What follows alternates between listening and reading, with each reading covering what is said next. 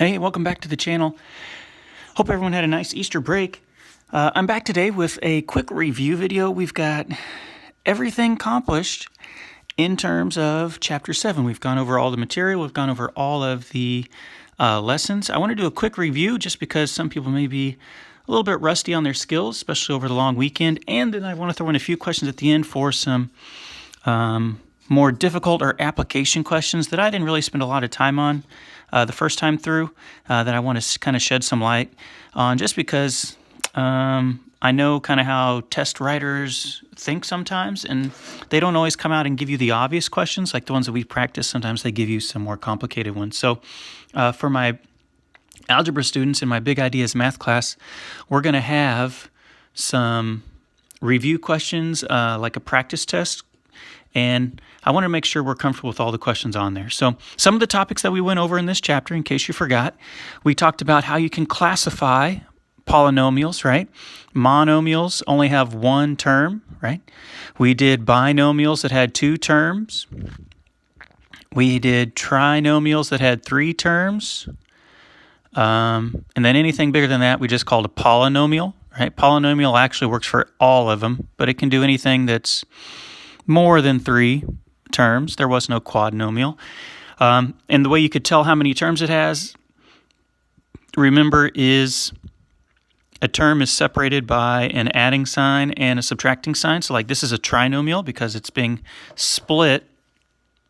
The symbol for adding, the symbol for subtracting is kind of your divider. So like here's my first term, here's my second term, here's my third term. That would be a trinomial. That would be one of these. A binomial is only going to have two. It doesn't always have to start with the variable part. It could look like this, right? Two things that are being subtracted in this case. That would be a binomial. A monomial is just going to be one statement with multiplying usually. It doesn't have to be multiplying. Even a number just like 10 is a monomial. It doesn't even have to have a number in it. It could just be a variable like x or x squared or y. It could be any of those. Those would all be monomials. So we talked about that. Then we talked about the degree. How could you tell the degree of a polynomial? The way you do it, if it's a monomial, something like this, right? This is a monomial because there's no adding and subtracting. How do you find the degree? You add up the exponents, right? Add up the exponents on the variables. So like here you would get 3 and 2. I'm not going to include this imaginary 1 that goes with the 3 because that's not what I'm looking at. I'm only looking at the variables, right? The letters, the x's, the y's, the z's. And so this would be the fifth degree. This would be a fifth degree monomial. If it's not a monomial, what if it's a binomial, something like this? Then you do each term individually. Let me add something else on there. In the first term, what's the degree of this first term? The exponent on the variable, there's only one variable. It has an exponent of 1, so that's the first degree. This term has one variable. The letter x is to the third power. And so you do each term individually, and then you just take the highest one, and that gets to represent your whole statement. So this is the third degree. I would call this a third degree binomial, right?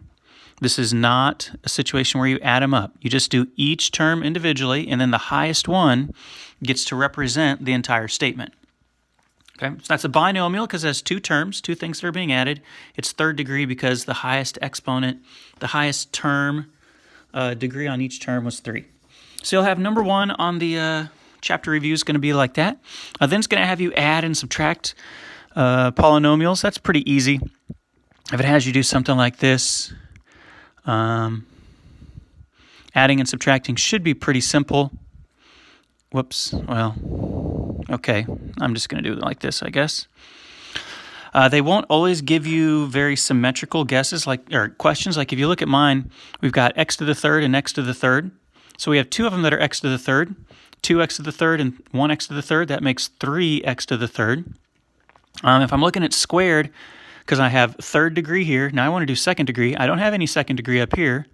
I don't have any second degree right here, so I guess I'm just going to skip that. For first degree, this is to first degree, x to the first. This is first degree, so we'll add those up. 3 plus 5 is 8.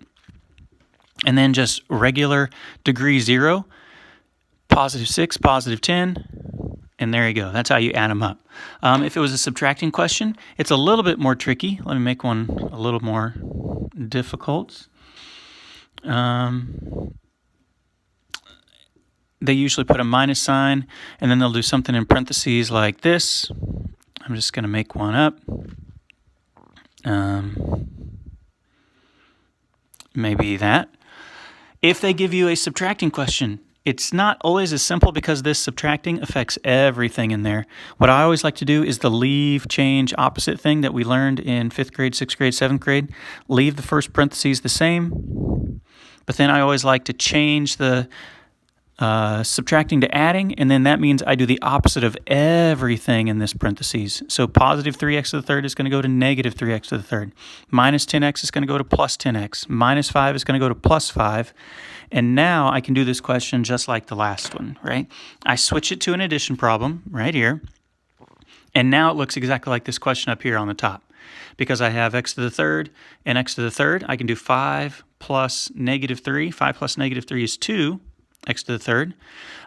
This is a little bit more complicated because I have x squared right here. I don't have any x squareds in this parentheses, so I'm just going to copy this one down, 2x squared. X to the first power, I have a negative 6 x to the first, and over here I have positive 10 x to the first, so negative 6 plus positive 10, negative 6 plus 10 is 4x to the first. And then I'm done with this parentheses, but I still have this guy out here, the plus 5, which I'm just going to put plus 5 at the end. And so this is a polynomial. It has 4 terms, right? 4 terms. Whoops. 4 terms. This is third degree because the highest exponent we have in this term is third degree.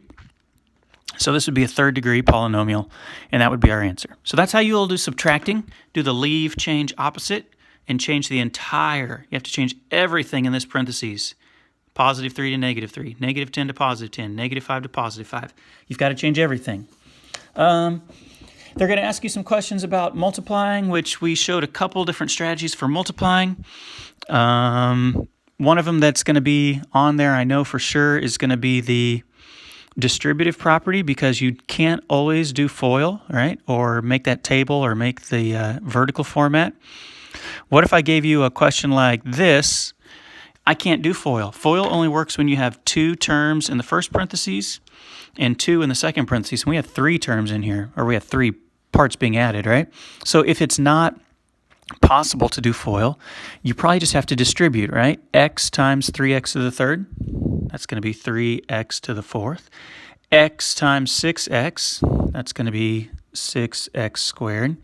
And do x times 11, that's going to be 11x. So I've distributed the x, and I'm halfway done, because now I also need to distribute the 5, right? 5 times 3x to the third, it's going to be 15x to the third.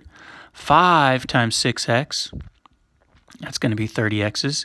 And then 5 times 11, that's going to be 55. And now I have this big long string of 6 terms, and I need to combine the ones that are like terms. And so I'm going to look for the highest degree because that's called standard form. You have to go from the highest. See how this is x to the fourth? That's the highest exponent, the highest degree. That has to go first. And then I'm done with x to the fourth. Now I'm going to look at x to the third. I've got one right here. It's the only one, so there's nothing to combine it with. That's going to go next. X to the second. I've got one of those right here. That's the only one. X to the first, I have 2 of them. I have 11x to the first, and I have 30x to the first. So I can do 30 plus 11. That's obviously 41. X to the first is done. And now I can do the degree 0, which is just the plain old number, right? And so you're going to get one question like that where you have to distribute. There is no way to do FOIL. The next one is going to be a question where you can do FOIL, or if you want to distribute on that one, you can too. Okay. I think that's about it on those. I did want to show you this question down here because this looks very simple, but then it also can get kind of tricky. Right? We talked a lot in this chapter about the zero product property. Whenever there's an equal sign, things got a little bit more complicated just because that means we need to solve it for x. We need to actually have an answer, a final answer like x equals something. And whenever they write it like this, it's very easy to get confused because you don't really know what you're supposed to do. But really what you want to do, remember, is you want to make it equal 0. So like I want to get everything over on one side of the equal sign. I don't want to have stuff over here. I want to have it equal 0. Right?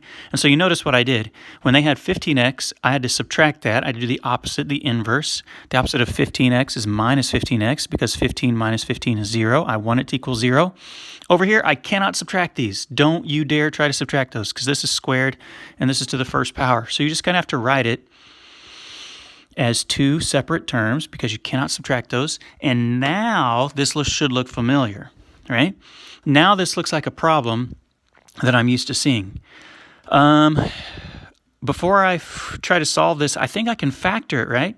Do they have something in common, a greatest common factor? Both these numbers can go into 5, and they both have an x. So if I divide both of these by 5, and I take away one of the x's, what is left? Over here, 5 divided by 5 is 1. If I take one of the x's away, instead of having 2, I'm just going to have 1x. And then the minus sign, 15 divided by 5 is 3. If I take the x away, I don't have any x's. And now this is where we're ready to get our answer from. We have it factored. I can't break this down. I can't break this down. It equals 0. The zero product property, Z, P, P, right? Zero product property tells me if I have a multiplying question and my final answer is 0, I know one of the terms has to equal 0. Either this equals 0 or this equals 0, because that's the only way you can do multiplying and get a final answer of 0. The only way to do it is to have one of those equal 0. So you just ask yourself, what number would I substitute right here to make this equal 0? 5 times what equals 0? And that's obviously 0. Or it could have been this one. What number would go right here to make this statement equal 0? What number minus 3 would equal 0? Well, that's easy, right? That's 3 minus 3. So x equals 3 or x equals 0. Those are called the x-intercepts. They're also called the roots, but they're also called the answer to that question. So you're going to have one question like that on the chapter review. It's going to look very simple, but that's what you'll need to do to it, something like that. Okay, that is almost everything, but I do have a couple more boards, and I promise I'm not going to take too much more time. Our book loves to go for the gold here and crank up the difficulty at the very end when we really haven't practiced too much on the harder scale of these questions. Look at this question. Holy cow. Now, I made this one up, but it's going to look a lot like the one in the chapter review today. It's going to say, and this is called a function notation. Don't get confused by this. It used to really bother me. Let f of x, or f parentheses x, equal this. Let g of x equal this. All this means is, here's equation number 1, here's equation number 2. We're going to call this one f, we're going to call this one g. Don't get hung up on all that. Find solutions for f of x equaling g of x. So basically what they're saying is, make the letter f equal the letter g, and then solve it. All right? So the letter f is this guy right here. So we're going to do the letter f right down here. I'm just going to copy it down. I'm not doing any math right now. I'm just copying. All right? We're going to do that one. And we want it to equal, because there's an equal sign right here, we want it to equal the letter G, and the letter G is this one right here. So basically, they're going to try to confuse you with all this function notation. They're going to make it look very official, but all you have to do is say, okay, I want the first one to equal the second one. And then can I solve it? I hope so. You may not realize you can solve it, but I think you actually can, right? Can't I do the exact same thing we just did on the last question? Instead of having this equal this, can I move all this stuff over here to make it equal 0? Remember, my goal is to make this equal 0. If I can do the zero product property, remember I wrote that on the last one, Z, P, P, zero product property. I don't want to have anything over here. I want all this to go. All three of these are going to have to go, go, go. I'm going to have to move it. And the way you move it is by doing the inverse, right? You cancel all this out. So that's what I want to do first. Instead of minus 3x squared, I want to do plus 3x squared. And if you do it on the right side, you better do it on the other side. And look, I actually have an x squared that I can add it with. Okay, I'm going to draw my little line. Instead of minus 1x, I'm going to do plus 1x. And look, it has one that it can match up with right there. Instead of minus 4, I'm going to do plus 4. And I can put that underneath the 6. Because look, this, that all equals 0. You canceled out everything on the right, it equals 0. That is good. If for some reason you do this step and you don't have it equaling 0, you've done something wrong and you need to go back and figure out where you messed up. Here I'm going to add these up, just like I did at the beginning when I was showing you how to add polynomials. And look what we have. 5x squared plus 15x plus 10 equals 0. Okay, I'm ready to solve this. Almost. Wait. Step 1 of solving it. Do I see a greatest common factor? Is there something here that they all have in common? I hope so, right? They all can be divided by 5. If I divide these by 5, look what I get. 15 divided by 5, 10 divided by 5. And oh my goodness, look what we have in the parentheses. Isn't this a question we can do in our head? Do we know two numbers that will multiply to equal 2, that will add up to equal 3? Isn't this one of those brain teaser questions, right? Two numbers that will multiply to equal 2, that will add up to equal 3. Isn't that 2 and 1? 2 times 1, right? And so can I write this as 2 and 1 and still have equal 0? I still have the 5 out there, right? And so you can see how this question is combining all the skills that we've learned throughout this chapter. And we're almost done. We have this down here. Remember, I have a multiplying question. We have 5 times this, boom, boom, boom, and the final answer is 0. The only way to get a final answer of 0 to a multiplying question using the zero product property is to know that one of these has to equal 0. Now this can't equal 0 because it's already a 5, so that one doesn't really apply into our final answer. But what would you put right here to make this parentheses equal 0? Would it be -2, right? And what would you put in this parentheses for the letter x to make the whole parentheses equal 0? Wouldn't that be -1? I think it would. And so that's how you can solve this statement using all of the skills that we've used in this chapter. X equals -2, x equals -1. Boom, you have 2 answers. You don't always have 2 answers. Sometimes you only get 1 answer. If these parentheses are the same, you'd only have 1 answer, but we had 2 on that one. So you'll have a question exactly like that. You can use my video, pause it, rewind it, so you can kind of do it step by step along with me. Okay, here's another one. It's exactly the same as the last one. They just don't make it look as complicated. They don't give you the f of x, the g of x. This is just going to say, hey, find the solutions for this problem. And it's already written out for you, right? Remember, when it's like this and you have terms on both sides, it's not really helpful. Remember what we had to do on the last one. We had to cancel everything out. We had to clear out the right-hand side and make it equal 0. So instead of -3x to the third, I'm going to do plus. Instead of -2x squared, I'm going to do plus. And look, I have another x squared under here. Instead of plus 29x's, I can do minus 29x's. And here's another, I made this one up too, but the one in the assignment today looks exactly like this. The numbers are just different. So there's nothing left on the right-hand side. Everything has been canceled out by doing inverse operations. Over here, I can just add them up. 3 plus 1. Notice, whenever you add, you do not change the exponents. I'm only adding the coefficients. 6 plus 2. -3 minus 29. That's -32. Don't know why I picked a number so big, but it's all right. I'm ready to solve it now. Is there a greatest common factor? Do these all have something in common? I hope so, right? Can you see that all of those go into 4? And oh wait, they also all have an x in them. So I'm going to divide everything by 4. I'm also going to take away an x. And let's see what's left. 4 divided by 4 is 1. I'm not going to put the 1. But if I take one of the x's away, instead of x to the third, I have x to the second. 8 divided by 4 is 2. If I take one of the x's away, instead of 2, I only have 1. -32 divided by 4 is -8. If I take one of the x's out here, I don't have any left because I only had one x to begin with. And so I have this. Let me look in the parentheses. Is this one of them that I can do in my head? Do I know a combination of numbers that will multiply to equal -8? That will add up to equal +2? Let me think about it. It could be -8 and 1. It could be -4 and 2. -2 and 4. It could be -1 and 8. Is one of those combinations going to add up to equal +2? It's not that one. That one equals -7. It's not that one. That one equals -2. Oh, wait. I guess that means it's probably this one, right? Right here, -2 and +4. So this parentheses is the same thing as x minus 2, plus 2. No, I just messed that up. X minus 2 and plus 4. Sorry about that. Lost my correct sign. Negative 2, positive 4. There we go.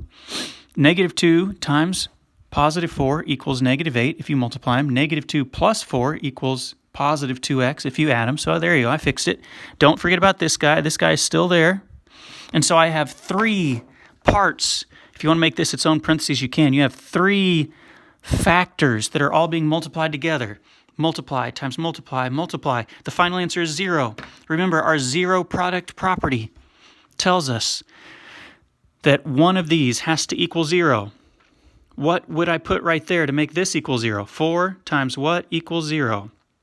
That would be 0, right? 4 times 0 equals 0. There's one answer. What would I put right here to make this equal 0? What number minus 2 equals 0? Isn't that 2? 2 minus 2 equals 0. So we have a second answer of 2. And then right here, what number would go right there to make that parentheses equal 0? What number plus 4 equals 0? Isn't that negative 4? Negative 4 plus 4 equals 0. And so we have 3 answers on this one. What that means is this touches the x-axis in 3 places. Like if you actually graph this, this graph would touch the x-axis at 0. It would touch the x-axis over here at 2. It would touch the x-axis way out here at negative 4. It would probably look something like that if we actually had to graph it. Okay, but you don't need to know about this right now. All you need to know about is boom, boom, boom, 3 answers. All right, I'm almost done.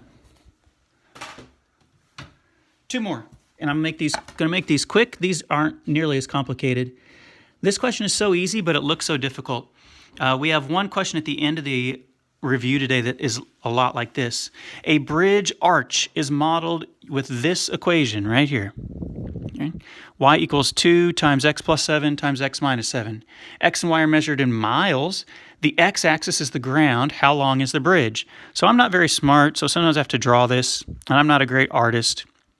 So like you've got a bridge, I don't know, there it is. Here's your giant bridge, like the big Missouri River Bridge or the bridge at Carrollton that always flooded, where we couldn't even get there all summer. And so you've got the beginning of the bridge, you've got the end of the bridge over here. And it's saying these 2 places are the x-intercepts. How far across is the bridge? Like how far apart is it from here to here, right? This part in between the arches of the bridge, how far is it? Okay. All you need to do is just look at the original equation and do it like we did the last one, right? Those last 2 questions. If this equaled 0, which I know it didn't tell you to do that, but if this did equal 0, what would we say the x-intercepts were? Because they did talk about the x-axis. When they said the x-axis is the ground, that was your clue to do the x-intercepts. What number would I put right here? Because we have 2 times this. What number would I plug in right here to make this whole place equal 0? All right, what number would make this parentheses equal 0? Wouldn't that be negative 7, right? And what about this parentheses?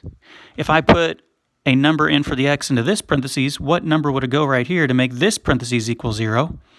Wouldn't that be positive 7? Right? And so it's almost like this is at positive 7. This spot way over here is at negative 7. Like if you think about on a coordinate plane, right? 1, 2, 3, 4, 5, 6, 7, way out here at 7. And the other one's at negative 7, way out here. And so you've got from here all the way out there is like your big bridge. And they're asking you, how far is this bridge? How far is it from negative 7 to positive 7 on the coordinate plane, right? How far is it from negative 7 to positive 7? Isn't that a difference of 14 units? And in this case, I believe it said the question was being measured in miles. So this bridge would be 14 miles. Right there's where it says miles. 14 miles long. Okay. So don't get fooled by that question. It's really very easy. All you have to do is look at the parentheses and ask yourself, what number would you plug in to make each parentheses equal 0? And then those kind of set your boundaries, and you can figure out how far apart they are on a coordinate plane. And there's your answer. So that question is at the end of the chapter review today. I think it's the next to the last question. And then this, I believe, is going to be the last question. And this, if you ever watch The Office, this reminds me of The Office. You drop a watermelon off of a rooftop. The function, here it is. this formula represents the height of the watermelon, t seconds, right? T stands for time. T seconds after you drop it. The watermelon hits a trampoline, just like Dwight dropping it off the rooftop in the office. Hits a trampoline on the ground that is 3 feet tall. After how many seconds did the watermelon hit the trampoline, right? So if you've ever watched The Office, you've got Dwight and you've got Michael up here. They're trying to drop this trampoline drop the watermelon off of the building. They want it to land on this trampoline and bounce off because it's going to be really fun. And so they drop the watermelon, except it bounces off the trampoline and then it hits somebody's car over here and then the alarm goes off and then they get mad. So anyway, this building is 39 feet tall. Whenever you saw this 39 in the question, that was a clue that the building these people are 39 feet off the ground. And then the trampoline is only 3 feet off the ground. So it asks you how many seconds, right? Because T stands for time. After how many seconds did it take for the watermelon to travel down and bounce off the trampoline? Right? It looks very complicated. You're like, I don't even know how to do this. You're just going to take 3 and plug it in for the y and then solve it. Right? We're going to put 3 in the place for the y. The rest of it is going to get copied down. T is what we're solving for because it's time. It asks us how many seconds did it take, and that's in a measurement of time. This is like the last questions we did. We want it to equal 0. So how about this? How about I do minus 39 on both sides because I want this to equal 0. I don't want it to equal all this stuff. How about I do plus 16t squared? I don't have a 16t squared over here or any t squareds, to be honest, so I'm just going to make it its own little spot. Look what I have. I have 0. That's what I wanted. And so on the right-hand side, I have 16t squared. 3 minus 39 is negative 36. And oh boy, I think I'm in business now because look what I have. Isn't this in good shape because it equals 0? Yes. Isn't this also in good shape because aren't these perfect squares? And isn't this a difference of 2 perfect squares? Do you remember how we wrote those? Difference of 2 perfect squares is where we did, what's the square root of this? 16t squared. Isn't that 4t times 4t? What's the square root of 36? Isn't that 6 and 6, right? And then because this is negative, we have to have 1 as a plus and 1 as a minus. And so now we have a question that is factored. And now that it's factored, you can do the zero product property again. This is a multiplying problem with a final answer of 0. So what that means is either this parentheses equals 0 or this parentheses equals 0. One of those is correct. Just like on the last one with the bridge, we're going to figure out what number would go in here to make each one of these equal 0. Now, if you're like me, it's kind of difficult to do all that in your head. So I'm going to clear out a little space. This first parentheses, I want to figure out what number would I plug in for t to make this parentheses equal 0. Or I want to do the second parentheses. One of those, right? The first parentheses up here, the second one right there. What would be the answer? Okay, I'm just going to have to do minus 6 on both sides. And then I'm going to have to divide by 4. Negative 6 divided by 4 is negative 3 over 2. So I could have negative 3 over 2, or if you want to make that more easy to understand. Oh, wait a second. Can I have negative 3 over 2 seconds? Could this watermelon have fallen for negative 3 over 2 seconds? No, it couldn't. This is what we call an extraneous, let me try that again. That's what we call an extraneous. It's kind of like the long version of the word extra, right? We get an answer, but it doesn't really make sense in context of the question. There's no way I could have negative 1.5 seconds. I can't measure time in negatives. And so this is an answer that was in the problem, but it doesn't make sense. And so it's not an answer that we include. And now I'm about to mess up this other one. Let me erase that. Okay, this is where the answer is going to be. Instead of minus 6, I do plus 6. And some of you may already know what this is going to be, right? Because it's just like the last one. I'm going to do 6 divided by 4. 6 divided by 4 is the same thing as 3 over 2. So I could say the answer is, like the one in the assignment today, is a mixed number, or it's an improper fraction like this. You could say 3 over 2 seconds. If you're like me, that is also easier for me to understand as 1.5 seconds. So it took 1.5 seconds for this watermelon to fall off the roof, bounce off the trampoline, and then it bounced on someone's car and got really mad because the alarm went off. So there you have it, guys. I'm going to wrap it up right there because I'm at the 30-minute mark, and I'm sure you didn't want to watch me talk for 30 minutes. Anyway, that is going to be how you do the question like that on the chapter review. I have already posted the chapter review on the Big Ideas Math website if you're in my class, and I hope that you can do well on it. If not, feel free to email me or shoot me a message or make a comment on the video, and I'll be more than happy to explain something to you. And I wish you good luck on the assignment. Thank you so much.